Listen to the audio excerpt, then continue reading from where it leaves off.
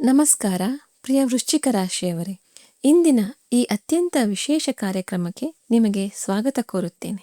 ಕಾರ್ಯಕ್ರಮದ ವಿಷಯವೇನೆಂದರೆ, ಪ್ರಿಯ ವೃಶ್ಚಿಕ ರಾಶಿಯವರೇ, ಆಗಸ್ಟ್ನಿಂದ ಡಿಸೆಂಬರ್ 2026ರವರೆಗಿನ ಈ ತಿಂಗಳುಗಳಲ್ಲಿ ನಿಮ್ಮ ಜೀವನವನ್ನು ನೀವು ಸರಿಯಾಗಿ ನಿಭಾಯಿಸಬೇಕಾದರೆ ಇಂದು ನಾನು ಹೇಳುತ್ತಿರುವುದನ್ನು ಗಮನವಿಟ್ಟು ಕೇಳಿ. ಆಮೇಲೆ ಮೊದಲೇ ಏಕೆ ಹೇಳಲಿಲ್ಲ ಎಂದು ಹೇಳಬೇಡಿ. ಏಕೆಂದರೆ ವೃಶ್ಚಿಕ ರಾಶಿಯವರೇ, ನೀವು ಒಮ್ಮೆ ಯಾವುದಾದರೊಂದು ವಿಷಯಕ್ಕೆ ಅಂಟಿಕೊಂಡರೆ ನಂತರ ಅದನ್ನು ಬಿಡುವುದು ತುಂಬಾ ಕಷ್ಟಕರವಾಗುತ್ತದೆ. ಅದು ಯಾವುದೇ ಸಂಬಂಧವಿರಲಿ, ಉದ್ಯೋಗವಿರಲಿ ಅಥವಾ ಯಾವುದೇ ಹಳೆಯ ಅಭ್ಯಾಸವಿರಲಿ, ನೀವು ಬದಲಾವಣೆಗೆ ಹೆದರುತ್ತೀರಿ, ಆರಾಮ ಮತ್ತು ಸ್ಥಿರತೆಯಲ್ಲಿರಲು ಇಷ್ಟಪಡುತ್ತೀರಿ. ಆದರೆ ಇದೇ ಅಭ್ಯಾಸವು ಹಲವು ಬಾರಿ ನೀವು ಎಲ್ಲಿಂದ ಮುಂದೆ ಸಾಗಬೇಕೋ ಅಲ್ಲಿಯೇ ನಿಮ್ಮನ್ನು ತಡೆದು ನಿಲ್ಲಿಸುತ್ತದೆ. ಹಾಗಾದರೆ ನೀವು ಸರಿಯಾದ ಸಮಯದಲ್ಲಿ ಸರಿಯಾದ ನಿರ್ಧಾರವನ್ನು ತೆಗೆದುಕೊಳ್ಳಲು ಸಾಧ್ಯವಾಗುವಂತೆ ಇಂದೇ ಈ ವಿಷಯವನ್ನು ಏಕೆ ಅರ್ಥ ಮಾಡಿಕೊಳ್ಳಬಾರದು? ಈ ಸಂಪೂರ್ಣ ಮಾಹಿತಿಯು ನಿಮ್ಮ ಚಂದ್ರ ರಾಶಿಯ ಆಧಾರದ ಮೇಲೆ ಇರುತ್ತದೆ. ತಮ್ಮ ಚಂದ್ರ ರಾಶಿ ತಿಳಿದಿರುವವರಿಗೆ ಸರಿ, ಗೊತ್ತಿಲ್ಲದವರು ತಮ್ಮ ಹೆಸರು ಅಥವಾ ಲಗ್ನದ ಪ್ರಕಾರವೂ ಈ ವಿಡಿಯೋವನ್ನು ನೋಡಬಹುದು. ಯಾವುದೇ ತೊಂದರೆ ಇಲ್ಲ. ಪ್ರಿಯ ವೃಶ್ಚಿಕ ರಾಶಿಯವರೇ, ಈ ಸಮಯದಲ್ಲಿ ನಿಮ್ಮ ಹಠ ಮತ್ತು ಹಳೆಯ ಆಲೋಚನೆಗಳನ್ನು ನೀವು ಹಾಗೆ ಹಿಡಿದಿಟ್ಟುಕೊಂಡರೆ, ಅದು ಹಣವಿರಲಿ, ಸಂಬಂಧವಿರಲಿ ಅಥವಾ ವೃತ್ತಿ ಜೀವನವಿರಲಿ, ಪ್ರತಿಯೊಂದು ಸ್ಥಳದಲ್ಲೂ ನೀವು ಅಡೆತಡೆಗಳನ್ನು ಅನುಭವಿಸುವಿರಿ. ಆದರೆ ಸರಿಯಾದ ಸಮಯದಲ್ಲಿ ನಿಮ್ಮ ಕಂಫರ್ಟ್ ಝೋನ್ನಿಂದ ಹೊರಬರುವ ಧೈರ್ಯವನ್ನು ನೀವು ತೋರಿದರೆ ಈ 5 ತಿಂಗಳುಗಳು ನಿಮಗೆ ಸ್ಥಿರತೆಯ ಜೊತೆಗೆ ದೊಡ್ಡ ಪ್ರಗತಿಯನ್ನು ತಂದುಕೊಡಲಿವೆ. ಆದ್ದರಿಂದ ಕೊನೆಯವರೆಗೂ ನಮ್ಮೊಂದಿಗೆ ಇರಿ. ಏಕೆಂದರೆ ಆಗಸ್ಟ್ನಿಂದ ಡಿಸೆಂಬರ್ ವರೆಗೆ ಪ್ರತಿ ತಿಂಗಳು ನಿಮಗೆ ಏನನ್ನು ತರಲಿದೆ ಮತ್ತು ಎಲ್ಲಿ ನೀವು ನಿಮ್ಮ ಹಠವನ್ನು ಬಿಡಬೇಕಾಗುತ್ತದೆ ಎಂಬುದನ್ನು ನಾನು ನಿಮಗೆ ತಿಂಗಳಿಂದ ತಿಂಗಳಿಗೆ, ಅಂದರೆ ಮಾಸಿಕವಾಗಿ ಹೇಳಲಿದ್ದೇನೆ. ಈ ಸಂಪೂರ್ಣ ಅವಧಿಯ ಮುಖ್ಯ ಶಕ್ತಿಯನ್ನು ಅರ್ಥ ಮಾಡಿಕೊಳ್ಳುವುದು ಬಹಳ ಅವಶ್ಯಕ. ವೃಶ್ಚಿಕ ರಾಶಿಯವರು ಕಳೆದ 12 ತಿಂಗಳುಗಳಲ್ಲಿ ಆಸ್ತಿ ಮಾರಾಟವಾದರೆ ಅಥವಾ ಆಸ್ತಿ ಮಾರಾಟವಾಗದೆ ಅನುಭವಿಸಿದ ನೋವು ಮತ್ತು ಜನರು ನಿಮ್ಮನ್ನು ಬಹುತೇಕ ಮುಗಿದೇ ಹೋದರು ಎಂದು ಭಾವಿಸಿದ ರೀತಿಯಿಂದ ಈಗ ಆ ಪರಿಸ್ಥಿತಿಯ ಅಂತ್ಯಕ್ಕೆ ನಿಶ್ಚಿತವಾಗಿದೆ. ಇದಕ್ಕೆ ಪ್ರಮುಖ ಜ್ಯೋತಿಷ್ಯ ಕಾರಣವೆಂದರೆ ಧನಿಷ್ಠ ನಕ್ಷತ್ರದಲ್ಲಿ ರಾಹುವಿನ ಗೋಚಾರ. ಧನಿಷ್ಠ ನಕ್ಷತ್ರದ ಅಧಿಪತಿ ಮಂಗಳ ದೇವ ಮತ್ತು ನಿಮ್ಮ ವೃಶ್ಚಿಕ ರಾಶಿಯ ಅಧಿಪತಿಯೂ ಮಂಗಳನೇ ಆಗಿದ್ದಾನೆ. ರಾಹು ನಿಮ್ಮ ರಾಶ್ಯಾಧಿಪತಿಯ ನಕ್ಷತ್ರದಲ್ಲಿ ಗೋಚಾರ ಮಾಡಿದಾಗ ಅದು ವೇಗವರ್ಧಕವಾಗಿ ಕಾರ್ಯನಿರ್ವಹಿಸುತ್ತದೆ. ರಾಹು ಈಗ ನಿಮ್ಮ ವಿರೋಧಿಯಲ್ಲ, ಬದಲಾಗಿ ಆತ ನಿಮ್ಮ ಅತಿದೊಡ್ಡ ಬೆಂಬಲನಾಗಿ ಹೊರಹೊಮ್ಮಲಿದ್ದಾನೆ. ಇದರೊಂದಿಗೆ ಪಂಚಮ ಭಾವದಲ್ಲಿ ಕುಳಿತಿರುವ ವಕ್ರಿ ಶನಿಯು ಜುಲೈ 26ರಿಂದ ತನ್ನ ಶಕ್ತಿಯನ್ನು ಹಿಂದಕ್ಕೆ, ಅಂದರೆ ಚತುರ್ಥ ಭಾವದಲ್ಲಿ ಕುಳಿತಿರುವ ರಾಹುವಿಗೆ ನೀಡುತ್ತಿದ್ದಾನೆ. ಶನಿಯು ಸಾಮಾನ್ಯವಾಗಿ ಕರ್ಮಗಳ ಲೆಕ್ಕಾಚಾರವನ್ನು ಬಹಳ ನಿಧಾನಗತಿಯಲ್ಲಿ ಮಾಡುತ್ತಾನೆ. ಆದರೆ ವಕ್ರಿಯಾಗಿ ಅವನ ಶಕ್ತಿಯು ರಾಹುವಿನೊಂದಿಗೆ ಸೇರಿದಾಗ ನಿಮ್ಮ ನಿಂತು ಹೋದ ಕಾರ್ಯಗಳಲ್ಲಿ ಇದ್ದಕ್ಕಿದ್ದಂತೆ ದೊಡ್ಡ ವೇಗ ಬರುತ್ತದೆ. ಆಗಸ್ಟ್ನಿಂದ ಡಿಸೆಂಬರ್ ನಡುವೆ ನಿಮ್ಮ ನಿರ್ಧಾರ ತೆಗೆದುಕೊಳ್ಳುವ ಸಾಮರ್ಥ್ಯ ಮತ್ತು ನಿಮ್ಮ ಗಮನ ಒಂದು ವಿಭಿನ್ನ ಮಟ್ಟದಲ್ಲಿರುತ್ತದೆ.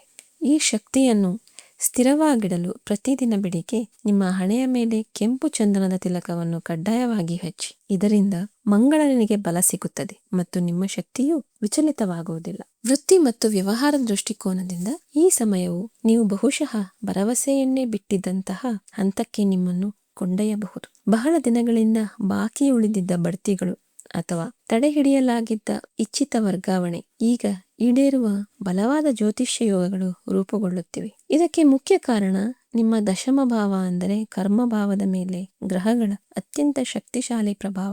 ಆಗಸ್ಟ್ 17ರಿಂದ ಸೆಪ್ಟೆಂಬರ್ 16ರ ನಡುವೆ ಸೂರ್ಯನು ತನ್ನ ಸ್ವಂತ ರಾಶಿಯಾದ ಸಿಂಹ ರಾಶಿಯಲ್ಲಿ ನಿಮ್ಮ ದಶಮ ಭಾವದಲ್ಲಿ ಗೋಚರ ಮಾಡಿದಾಗ ವಿಶೇಷವಾದ ರಾಜಯೋಗವು ನಿರ್ಮಾಣವಾಗುತ್ತದೆ. ನೀವು ಸರ್ಕಾರಿ ಉದ್ಯೋಗಕ್ಕೆ ತಯಾರಿ ನಡೆಸುತ್ತಿದ್ದರೆ ಅಥವಾ ಕಾರ್ಪೊರೇಟ್ ವಲಯದಲ್ಲಿ ಉನ್ನತ ಹುದ್ದೆಯ ಸ್ಪರ್ಧೆಯಲ್ಲಿದ್ದರೆ ಈ 1 ತಿಂಗಳ ಅವಧಿಯಲ್ಲಿ ನಿಮ್ಮ ಯಶಸ್ಸಿನ ಸಾಧ್ಯತೆಗಳು ಅತಿ ಹೆಚ್ಚಾಗಿರುತ್ತವೆ. ಈ ಮೊದಲು ನಿಮಗೆ ಸಿಗದೇ ಇದ್ದ ಉನ್ನತ ಅಧಿಕಾರಿಗಳು ಮತ್ತು ತಂದೆಯ ಸಹಕಾರ ಇದ್ದಕ್ಕಿದ್ದಂತೆ ನಿಮ್ಮ ಪರವಾಗಿ ಬರಲು ಪ್ರಾರಂಭಿಸುತ್ತದೆ. ಆದಾಗ್ಯೂ ದಶಮ ಭಾವದಲ್ಲಿ ಕುಳಿತಿರುವ ಕೇತು ನಿಮ್ಮನ್ನು ಮಾನಸಿಕವಾಗಿ ಸ್ವಲ್ಪ ಗೊಂದಲಕ್ಕೀಡು ಮಾಡಬಹುದು. ಕೇತುವಿನ ಪ್ರಭಾವದಿಂದಾಗಿ ನೀವು ಪದೇ ಪದೇ ಕೆಲಸವನ್ನು ತೊರೆಯುವ ಬಗ್ಗೆ ಯೋಚಿಸಬಹುದು ಅಥವಾ ನಿಮ್ಮ ಕೆಲಸದಿಂದ ಬೇಸರವನ್ನು ಅನುಭವಿಸಬಹುದು. ನಿಮ್ಮ ಕಠಿಣ ಪರಿಶ್ರಮಕ್ಕೆ ತಕ್ಕ ಮನ್ನಣೆ ಸಿಗುತ್ತಿಲ್ಲ ಎಂದು ನಿಮಗೆ ಅನಿಸಬಹುದು. ಆದರೆ ಕೇತು ನಿಮ್ಮಿಂದ ನಿಷ್ಕಾಮ ಕರ್ಮವನ್ನು ಬೇಡುತ್ತಾನೆ ಎಂಬ ಜ್ಯೋತಿಷ್ಯದ ನಿಯಮವನ್ನು ನೀವು ನೆನಪಿಟ್ಟುಕೊಳ್ಳಬೇಕು. ಫಲಾಪೇಕ್ಷೆ ಇಲ್ಲದೆ ನಿಮ್ಮ ಕೆಲಸವನ್ನು ನೀವು ನಿರಂತರವಾಗಿ ಮಾಡುತ್ತಿದ್ದರೆ ಡಿಸೆಂಬರ್ ವೇಳೆಗೆ ನೀವು ಅನಿರೀಕ್ಷಿತ ಯಶಸ್ಸನ್ನು ಪಡೆಯುತ್ತೀರಿ. ನಿಮ್ಮ ವೃತ್ತಿ ಜೀವನದ ಈ ಸಕಾರಾತ್ಮಕ ಶಕ್ತಿಯನ್ನು ಕಾಪಾಡಿಕೊಳ್ಳಲು ನಿಯಮಿತವಾಗಿ ಸೂರ್ಯ ದೇವರಿಗೆ ಜಲವನ್ನು ಅರ್ಪಿಸಿ.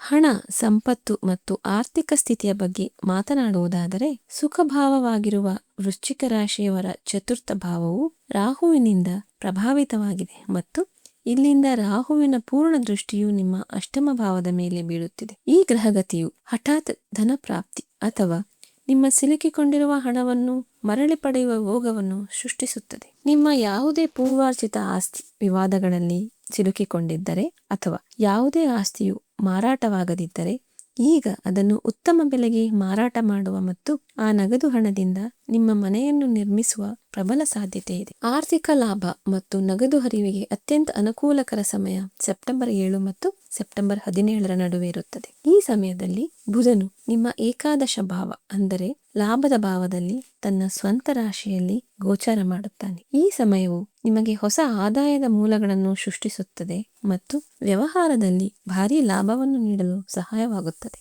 ಭಾರಿ ಸಾಲದಿಂದ ತೊಂದರೆಗೊಳಗಾದವರಿಗೂ ಸಾಲ ಮುಕ್ತಿಯ ಸ್ಪಷ್ಟ ಮಾರ್ಗಗಳು ತೆರೆದುಕೊಳ್ಳುತ್ತವೆ. ಅಕ್ಟೋಬರ್ ತಿಂಗಳಿನಿಂದ ಶುಕ್ರನು ನಿಮ್ಮ ವ್ಯಯ ಭಾವ ಅಂದರೆ 12ನೇ ಭಾವದಲ್ಲಿ ವಕ್ರಿಯಾಗುವುದರಿಂದ ಐಷಾರಾಮಿ ಮತ್ತು ಆಡಂಬರದ ಮೇಲೆ ಅತಿಯಾಗಿ ಖರ್ಚು ಮಾಡುವುದರಿಂದ ನಿಮ್ಮನ್ನು ರಕ್ಷಿಸಿಕೊಳ್ಳಿ ಎಂಬುದನ್ನು ನನ್ನ ಸ್ಪಷ್ಟ ಸಲಹೆಯಾಗಿದೆ. ನಿಮ್ಮ ಸಂಪತ್ತನ್ನು ಕೂಡಿಡಲು ಮತ್ತು ಹೂಡಿಕೆಗಳನ್ನು ಸುರಕ್ಷಿತವಾಗಿರಿಸಲು ಪ್ರತಿ ಮಂಗಳವಾರ ಹನುಮಾನ್ ಚಾಲಿಸವನ್ನು ಪಠಿಸಿ. ಇದರಿಂದ ನಿಮ್ಮ ಆರ್ಥಿಕ ನಿರ್ಧಾರಗಳನ್ನು ತೆಗೆದುಕೊಳ್ಳುವ ಸಾಮರ್ಥ್ಯವು ಹೆಚ್ಚು ಬಲಪಡುತ್ತದೆ. ಪ್ರೇಮ ಸಂಬಂಧಗಳು ಮತ್ತು ವೈವಾಹಿಕ ಜೀವನಕ್ಕೆ ಸಂಬಂಧಿಸಿದಂತೆ ಈ ಅವಧಿಯು ನೀವು ಬಹಳ ಎಚ್ಚರಿಕೆಯ ಹೆಜ್ಜೆಗಳನ್ನು ಇಡಬೇಕಾಗುತ್ತದೆ. ಒಂಟಿಯಾಗಿರುವ ಮತ್ತು ನಿಜವಾದ ಪ್ರೀತಿಯ ಹುಡುಕಾಟದಲ್ಲಿರುವವರಿಗೆ ನವೆಂಬರ್ ನಂತರದ ಸಮಯವು ಅತ್ಯಂತ ಸಕಾರಾತ್ಮಕ ಸುದ್ದಿಗಳನ್ನು ತರಬಹುದು. ಏಕೆಂದರೆ ಈ ಸಮಯದಲ್ಲಿ ದೇವಗುರು ಬೃಹಸ್ಪತಿಯು ದಶಮ ಭಾವಕ್ಕೆ ಬಂದು ತನ್ನ ಪೂರ್ಣ ದೃಷ್ಟಿಯಿಂದ ನಿಮ್ಮ ಸುಖ ಮತ್ತು ಕುಟುಂಬದ ಭಾವಗಳನ್ನು ನೋಡುತ್ತಾನೆ. ಆದರೆ ಈಗಾಗಲೇ ಪ್ರೇಮ ಸಂಬಂಧಗಳು ಅಥವಾ ವೈವಾಹಿಕ ಜೀವನದಲ್ಲಿ ಇರುವವರಿಗೆ ಆಗಸ್ಟ್ 13 ಸೆಪ್ಟೆಂಬರ್ ತಿಂಗಳುಗಳು ದೊಡ್ಡ ಪರೀಕ್ಷೆಯ ಸಮಯವಾಗಿದೆ. ಆಗಸ್ಟ್ ಮತ್ತು ಸೆಪ್ಟೆಂಬರ್ ತಿಂಗಳುಗಳು ದೊಡ್ಡ ಪರೀಕ್ಷೆಯ ಸಮಯವಾಗಿದೆ. ಆಗಸ್ಟ್ 3ರಿಂದ ಸೆಪ್ಟೆಂಬರ್ 19ರವರೆಗೆ ನಿಮ್ಮ ರಾಶ್ಯಾಧಿಪತಿ ಮಂಗಳನು ಅಷ್ಟಮ ಭಾವದಲ್ಲಿ ಗೋಚಾರ ಮಾಡುತ್ತಾನೆ. ಇದು ತಾತ್ಕಾಲಿಕ ಮಾಂಗಲಿಕ ದೋಷದಂತಹ ಪರಿಸ್ಥಿತಿಯನ್ನು ಸೃಷ್ಟಿಸುತ್ತದೆ ಮತ್ತು ಮಂಗಳನ ದೃಷ್ಟಿಯು ನಿಮ್ಮ ವಾಕ್ ಭಾವ ಅಂದರೆ ದ್ವಿತೀಯ ಭಾವದ ಮೇಲೆ ಬೀಳುತ್ತದೆ. ಈ ಗೋಚಾರದ ಸಮಯದಲ್ಲಿ ನಿಮ್ಮ ಸ್ವಭಾವದ ಆಕ್ರಮಣಶೀಲತೆ ಅಥವಾ ಅತಿಯಾದ ಕೋಪ ಇರಬಹುದು ಮತ್ತು ನಿಮ್ಮ ಬಾಯಿಯಿಂದ ಬರುವ ಕಟುವಾದ ಮಾತುಗಳು ನಿಮ್ಮ ಬೆಳೆದು ಬಂದ ಸಂಬಂಧವನ್ನು ಮುರಿಯಬಹುದು. ಕೇವಲ ಸ್ವಾರ್ಥ ಅಥವಾ ಹಣಕ್ಕಾಗಿ ನಿಮ್ಮೊಂದಿಗೆ ಸಂಪರ್ಕ ಹೊಂದಿದ್ದ ಸಂಬಂಧಗಳು ನೈಜತೆಯು ಇದೇ ಸಮಯದಲ್ಲಿ ನಿಮ್ಮ ಮುಂದೆ ಬರುತ್ತದೆ. ಆದ್ದರಿಂದ ಸೆಪ್ಟೆಂಬರ್ ಮಧ್ಯದವರೆಗೆ ನೀವು ಬಹಳಷ್ಟು ತಾಳ್ಮೆಯನ್ನು ಹೊಂದಿರಬೇಕು.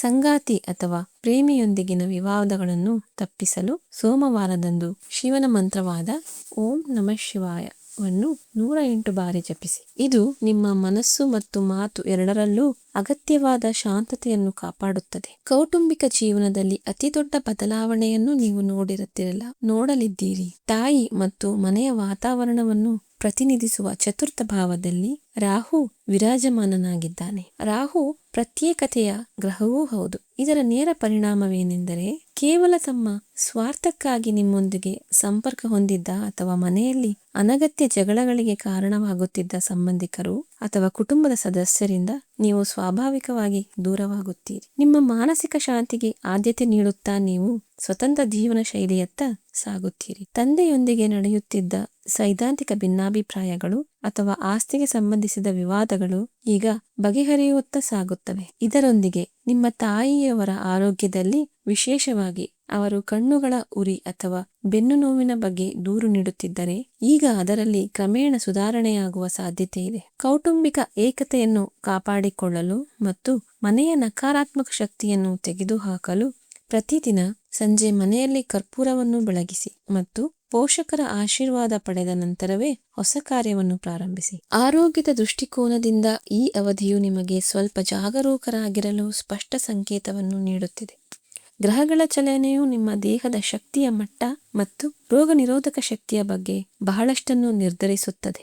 ಆಗಸ್ಟ್ 3ರಿಂದ ಸೆಪ್ಟೆಂಬರ್ 19ರವರೆಗೆ ಮಂಗಳನು ಅಷ್ಟಮ ಭಾವದಲ್ಲಿ ಗೋಚಾರ ಮಾಡಿದಾಗ ನಿಮ್ಮ ಆರೋಗ್ಯದ ಬಗ್ಗೆ ನೀವು ವಿಶೇಷ ಕಾಳಜಿ ವಹಿಸಬೇಕಾಗುತ್ತದೆ. ಈ ಸಮಯವು ಹಠಾತ್ ಆಗಿ ಬರುವ ಜ್ವರ, ಹೊಟ್ಟೆಯ ತೊಂದರೆ ಅಥವಾ ವಿಪರೀತ ದೈಹಿಕ ಆಯಾಸದ ಸಮಯವಾಗಿರಬಹುದು. ಇದಲ್ಲದೆ ಚತುರ್ಥ ಭಾವದಲ್ಲಿ ರಾಹುವಿನ ಉಪಸ್ಥಿತಿಯಿಂದಾಗಿ ಎದೆಯಲ್ಲಿ ಭಾರ, ಆಮ್ಲೀಯತೆ ಮತ್ತು ನಿದ್ರಾಹೀನತೆಯ ಸಮಸ್ಯೆಗಳು ನಿಮ್ಮನ್ನು ಆಗಾಗ ಕಾಡಬಹುದು.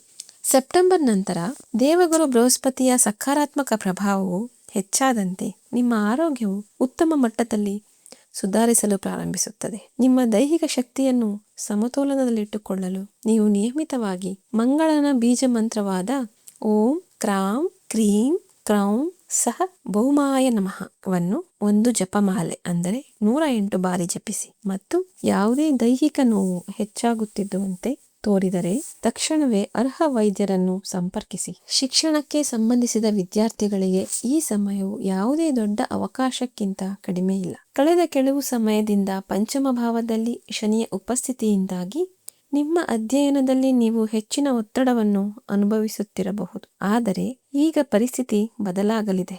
ನವಮ ಭಾವದಲ್ಲಿ ಕುಳಿತಿರುವ ಉಚ್ಚ ದೇವಗುರು ಬೃಹಸ್ಪತಿಯು ತನ್ನ 9ನೇ ದೃಷ್ಟಿಯಿಂದ ನಿಮ್ಮ ಪಂಚಮ ಭಾವವನ್ನು ನೋಡುತ್ತಿದ್ದಾನೆ. ಗುರುವಿನ ಈ ದೃಷ್ಟಿಯು ಶನಿಯ ಆ ಭಾರವನ್ನು ಕೊನೆಗೊಳ್ಳುತ್ತದೆ. ನವೆಂಬರ್ಗೆ ಮೊದಲು ನೀವು ಯಾವುದೇ ಪ್ರಮುಖ ಸ್ಪರ್ಧಾತ್ಮಕ ಪರೀಕ್ಷೆಗೆ ಹಾಜರಾಗುತ್ತಿದ್ದರೆ ನೀವು ಯಶಸ್ವಿಯಾಗುವ ಸಂಪೂರ್ಣ ಸಾಧ್ಯತೆಗಳಿವೆ. ಹೊಸತನ್ನು ಕಲಿಯಲು ಬಯಸುವ ವಿದ್ಯಾರ್ಥಿಗಳಿಗೆ ಇದು ಅತ್ಯುತ್ತಮ ಸಮಯ.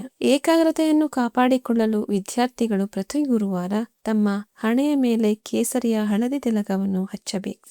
ಮನೆಯ ನಿರ್ವಹಣೆಯನ್ನು ನಿಭಾಯಿಸುವ ಮಹಿಳೆಯರಿಗೆ ಚತುರ್ಥ ಭಾವದಲ್ಲಿ ರಾಹುವಿನ ಗೋಚಾರವು ಮನಸ್ಸಿನಲ್ಲಿ ಒಂದು ರೀತಿಯ ಚಡಪಡಿಕೆಯನ್ನು ಉಂಟು ಮಾಡಬಹುದು. ಕೌಟುಂಬಿಕ ಜವಾಬ್ದಾರಿಗಳ ನಡುವೆ ನಿಮ್ಮ ಸ್ವಂತ ಗುರುತು ಎಲ್ಲೋ ಕಳೆದು ಹೋಗಿದೆ ಎಂದು ನಿಮಗೆ ಅನಿಸಬಹುದು. ಈ ಸಮಯದಲ್ಲಿ ನೀವು ಮನೆಯ ನವೀಕರಣ ಮತ್ತು ನಿರ್ವಹಣೆ ಬಗ್ಗೆ ಹೆಚ್ಚು ಗಮನ ಹರಿಸುತ್ತೀರಿ. ಅತ್ತೆಯ ಮನೆಯವರಿಂದ ನಡೆಯುತ್ತಿದ್ದ ಯಾವುದೇ ಒತ್ತಡವಿದ್ದರೂ ಅದು ಈಗ ನಿಮ್ಮ ಪರವಾಗಿ ಬಗೆಹರಿಯುವ ಸಾಧ್ಯತೆ ಇದೆ. ಮಾನಸಿಕ ಶಾಂತಿಗಾಗಿ ನೀವು ಪ್ರತಿದಿನ ಚಂದ್ರದೇವನ ಬೀಜ ಮಂತ್ರವಾದ ಓಂ ಶ್ರಾಂ ಶ್ರೀಂ ಶ್ರೌಂ ಸಹ ಚಂದ್ರಮತೆ ಓಂ ಶ್ರಾಂ ಶ್ರೀಂ ಶ್ರೌಂ ಸಹ ಚಂದ್ರಮಸೇ ನಮಃ ಜಪಿಸಿ. ನಿವೃತ್ತರಾದವರಿಗೆ ನವಮ ಭಾವದಲ್ಲಿ ಕುಳಿತಿರುವ ಉಚ್ಚ ಗುರುವಿನಿಂದಾಗಿ ಈ ಸಮಯವು ಅತ್ಯಂತ ಆಧ್ಯಾತ್ಮಿಕ ಮತ್ತು ಶಾಂತಿಯುತವಾಗಿರುತ್ತದೆ. ನೀವು ತೀರ್ಥಯಾತ್ರೆಗೆ ಹೋಗುವ ಪ್ರಬಲ ಯೋಗಗಳು ಮತ್ತು ಸ್ಥಗಿತಗೊಂಡಿರುವ ನಿಧಿಗೆ ಸಂಬಂಧಿಸಿದ ಚಿಂತೆಗಳು ಕೊನೆಗೊಳ್ಳುತ್ತವೆ. ಆದಾಗ್ಯೂ ಸೆಪ್ಟೆಂಬರ್ 18ರಿಂದ ಮಂಗಳನು ನೀಚ ರಾಶಿಯಲ್ಲಿ ನವಮ ಭಾವದಲ್ಲಿ ಪ್ರವೇಶಿಸಿದಾಗ ದೀರ್ಘ ಪ್ರಯಾಣವನ್ನು ತಪ್ಪಿಸಿ ಮತ್ತು ನಿಮ್ಮ ಮೂಳೆಗಳ ಬಗ್ಗೆ ವಿಶೇಷ ಕಾಳಜಿ ವಹಿಸಿ. ಇಷ್ಟ ದೇವತೆಯ ನಾಮ ಜಪದೊಂದಿಗೆ ದಿನವನ್ನು ಪ್ರಾರಂಭಿಸಿ. ಪ್ರಯಾಣ ಮತ್ತು ವಿದೇಶಕ್ಕೆ ಹೋಗುವ ದೃಷ್ಟಿಯಿಂದ ಈ ಗೋಚಾರವು ಅತ್ಯಂತ ಪ್ರಮುಖ ಫಲಿತಾಂಶಗಳನ್ನು ನೀಡಲಿದೆ. ರಾಹುವಿನ ದೃಷ್ಟಿಯು ನಿಮ್ಮ ದ್ವಾದಶ ಭಾವದ ಮೇಲೆ ಬೀಳುತ್ತಿದೆ. ಇದು ವಿದೇಶ ಮತ್ತು ದೂರದ ಪ್ರಯಾಣದ ಭಾವವಾಗಿದೆ. ವಿದೇಶಕ್ಕೆ ಹೋಗುವ ನಿಮ್ಮ ವೀಸಾ ಅಂಟಿಕೊಂಡಿದ್ದರೆ ಅಥವಾ ನೀವು ವಿದೇಶಿ ಕಂಪನಿಗಳೊಂದಿಗೆ ವ್ಯವಹಾರದಲ್ಲಿ ಹೆಣದಾಡುತ್ತಿದ್ದರೆ ಈಗ ಅದರಲ್ಲಿ ಸಂಪೂರ್ಣ ಯಶಸ್ಸನ್ನು ಪಡೆಯುವ ಸಾಧ್ಯತೆ ಇದೆ. ವಿಶೇಷವಾಗಿ ಸೆಪ್ಟೆಂಬರ್ ಮಧ್ಯದಲ್ಲಿ ಸೂರ್ಯನು ಏಕಾದಶ ಭಾವದಲ್ಲಿರುವಾಗ ವಿದೇಶಿ ಸಂಪರ್ಕಗಳಿಂದ ಭಾರಿ ಲಾಭವಾಗಬಹುದು. ಆದರೆ ನೆನಪಿಡಿ, ಸೆಪ್ಟೆಂಬರ್ 18ರ ಸುಮಾರಿಗೆ ಮಂಗಳನು ನೀಚ ಸ್ಥಿತಿಯಲ್ಲಿದ್ದಾಗ ಅನಗತ್ಯ ದೀರ್ಘ ಪ್ರಯಾಣಗಳನ್ನು ಮುಂದೂಡಿ. ಸುರಕ್ಷಿತ ಪ್ರಯಾಣಕ್ಕಾಗಿ ಮನೆಯಿಂದ ಹೊರಡುವಾಗ ಭಗವಾನ್ ಗಣೇಶನನ್ನು ಸ್ಮರಿಸಿ. ಮಾನಸಿಕ ಮತ್ತು ಆಧ್ಯಾತ್ಮಿಕ ಸುಖವು ವೃಶ್ಚಿಕ ರಾಶಿಯವರಿಗೆ ಅತ್ಯಂತ ಅವಶ್ಯಕವಾಗಿದೆ. ಚತುರ್ಥ ಭಾವವು ಮನಸ್ಸಿನ ಭಾವವಾಗಿದೆ ಮತ್ತು ಅಲ್ಲಿ ರಾಹುವು ನಿಮ್ಮನ್ನು ಭೌತಿಕ ಸುಖಗಳ ಹಿಂದೆ ಓಡಿಸುವ ಮೂಲಕ ಮಾನಸಿಕ ಒತ್ತಡವನ್ನು ಉಂಟು ಮಾಡಬಹುದು. ಆದರೆ ನವಮ ಭಾವದಲ್ಲಿ ಉಚ್ಚ ಬೃಹಸ್ಪತಿಯು ದೈವಿಕ ಕೃಪೆಗೆ ಸಮಾನವಾಗಿದೆ. ಅಕ್ಟೋಬರ್ ಅಂತ್ಯದ ವೇಳೆಗೆ ನಿಮ್ಮ ಭಯ ಮತ್ತು ಅಸ್ಥಿರತೆ ಕ್ರಮೇಣ ಕಣ್ಮರೆಯಾಗುತ್ತದೆ. ದಶಮ ಭಾವದಲ್ಲಿ ಕುಳಿತಿರುವ ಕೇತು ಎಲ್ಲದರ ಮೇಲೂ ಹಿಡಿತ ಸಾಧಿಸುವುದು ಅನಿವಾರ್ಯವಲ್ಲ ಎಂದು ನಿಮಗೆ ಕಲಿಸುತ್ತಿದ್ದಾನೆ. ಆಧ್ಯಾತ್ಮಿಕತೆಯ ಕಡೆಗೆ ನಿಮ್ಮ ಒಲವು ಹೆಚ್ಚಾಗುತ್ತದೆ. ಮನಸ್ಸನ್ನು ಶಾಂತವಾಗಿ ಮತ್ತು ಏಕಾಗ್ರತೆಯಿಂದ ಇಡಲು 108 ಬಾರಿ ಓಂ ನಮಃ ಶಿವಾಯ ಜಪಿಸಿ. ತಿಂಗಳಿಂದ ತಿಂಗಳಿಗೆ ನಿಮ್ಮ ಸಮಯ ಚಕ್ರವನ್ನು ಅರ್ಥ ಮಾಡಿಕೊಳ್ಳುವುದು ಸಹ ಬಹಳ ಮುಖ್ಯವಾಗಿದೆ. ಆಗಸ್ಟ್ ತಿಂಗಳನ್ನು 2 ಭಾಗಗಳಾಗಿ ವಿಂಗಡಿಸಲಾಗಿದೆ. ಆಗಸ್ಟ್ 2ರಂದು ರಾಹು ಧನಿಷ್ಠ ನಕ್ಷತ್ರವನ್ನು ಪ್ರವೇಶಿಸಿದ ತಕ್ಷಣ ಆಸ್ತಿಗೆ ಸಂಬಂಧಿಸಿದ ವಿಷಯಗಳಲ್ಲಿ ಹೆಚ್ಚಿನ ವೇಗವಿರುತ್ತದೆ. ಆಗಸ್ಟ್ 17ರ ನಂತರ ಸೂರ್ಯನು ದಶಮ ಭಾವಕ್ಕೆ ಬಂದಾಗ ಇದು ವೃತ್ತಿ ಜೀವನದಲ್ಲಿ ಹಠಾತ್ ಜಿಗಿತ ಸಮಯವಾಗಿದೆ. ಸೆಪ್ಟೆಂಬರ್ ನೆಟ್ವರ್ಕಿಂಗ್ ತಿಂಗಳು, ಹೊಸ ಕ್ಲೈಂಟ್ಗಳು ಮತ್ತು ಹೊಸ ಕೆಲಸವನ್ನು ಪಡೆಯುವ ಯೋಗವಿದೆ. ಆದರೆ ಸೆಪ್ಟೆಂಬರ್ 18ರಿಂದ ಮಂಗಳನು ನೀಚ ರಾಶಿಗೆ ಹೋದಾಗ ಆರೋಗ್ಯದ ಬಗ್ಗೆ ವಿಶೇಷ ಕಾಳಜಿ ವಹಿಸಿ. ಅಕ್ಟೋಬರ್ 31ರಂದು ಅತಿದೊಡ್ಡ ಗೋಚಾರ ನಡೆಯಲಿದ್ದು ದೇವಗುರು ಬೃಹಸ್ಪತಿಯು ನಿಮ್ಮ ದಶಮ ಭಾವವನ್ನು ಪ್ರವೇಶಿಸುತ್ತಾನೆ. ಈ ಸಮಯವು ನಿಮ್ಮ ಸ್ಥಾನಮಾನ ಮತ್ತು ನಾಯಕತ್ವಕ್ಕೆ ಹೊಸ ಅಧ್ಯಾಯವನ್ನು ತೆರೆಯುತ್ತದೆ. ನವೆಂಬರ್ 17ರಂದು ದಶಮ ಭಾವದಲ್ಲಿ ಗುರು ಮಂಗಳ ಸಂಯೋಗವು ಅಪಾರ ಯಶಸ್ಸನ್ನು ನೀಡುತ್ತದೆ.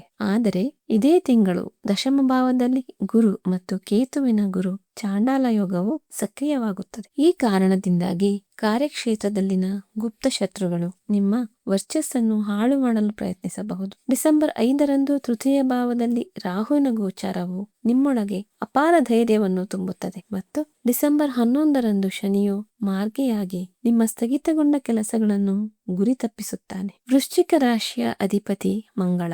ಆದ್ದರಿಂದ ಮಂಗಳನ ಶಕ್ತಿಗೆ ಸರಿಯಾದ ದಿಕ್ಕನ್ನು ನೀಡುವುದು ಅತ್ಯಂತ ಮುಖ್ಯವಾಗಿದೆ. ನೀವು ಪ್ರತಿದಿನ ಹನುಮಾನ್ ಚಾಲಿಸವನ್ನು ಪಠಿಸಬೇಕು. ಇದರಿಂದ ಮಂಗಳನ ಅಷ್ಟಮ ಭಾವದ ನಕಾರಾತ್ಮಕತೆಯು ಕೊನೆಗೊಳ್ಳುತ್ತದೆ. ನಿಮ್ಮ ಜಾತಕ ಅನುಮತಿಸಿದರೆ ನೀವು ಕೆಂಪು ಹವಳವನ್ನು ಧರಿಸಬಹುದು. ನವೆಂಬರ್ ತಿಂಗಳಲ್ಲಿ ಗುರು ಚಾಂಡಾಲ ಯೋಗವು ರೂಪುಗೊಂಡಾಗ ಆ ಸಮಯದಲ್ಲಿ ಕೆಲಸದ ಸ್ಥಳದ ರಾಜಕೀಯವನ್ನು ತಪ್ಪಿಸಲು ಭಗವಾನ್ ನಾರಾಯಣನ ಮಂತ್ರಗಳನ್ನು ಕಡ್ಡಾಯವಾಗಿ ಜಪಿಸಿ. ಆಗಸ್ಟ್ ಮತ್ತು ಸೆಪ್ಟೆಂಬರ್ ಮಧ್ಯದಲ್ಲಿ ಆರೋಗ್ಯದ ಬಗ್ಗೆ ಯಾವುದೇ ನಿರ್ಲಕ್ಷ್ಯ ವಹಿಸಬೇಡಿ ಮತ್ತು ವಾಹನ ಚಾಲನೆ ಮಾಡುವಾಗ ವೇಗವನ್ನು ನಿಯಂತ್ರಣದಲ್ಲಿಡಿ. ಕೇತು ದಶಮ ಭಾವದಲ್ಲಿರುವವರಿಗೆ ಯಾವುದೇ ವಿಷಯಕ್ಕೂ ಭಾವುಕರಾಗಿ ನಿಮ್ಮ ಕೆಲಸಕ್ಕೆ ರಾಜೀನಾಮೆ ನೀಡುವ ತಪ್ಪನ್ನು ಮಾಡಬೇಡಿ. ಈ ಗೋಚಾರವು ನಿಮ್ಮ ಕಠಿಣ ಪರಿಶ್ರಮ ಮತ್ತು ಗ್ರಹಗಳ ಆಶೀರ್ವಾದದ ಫಲಿತಾಂಶವಾಗಿದೆ. ಆದ್ದರಿಂದ ಸಂಪೂರ್ಣ ತಾಳ್ಮೆ ಮತ್ತು ಸಕಾರಾತ್ಮಕತೆಯೊಂದಿಗೆ ಸಮಯವನ್ನು ಸ್ವಾಗತಿಸಿ.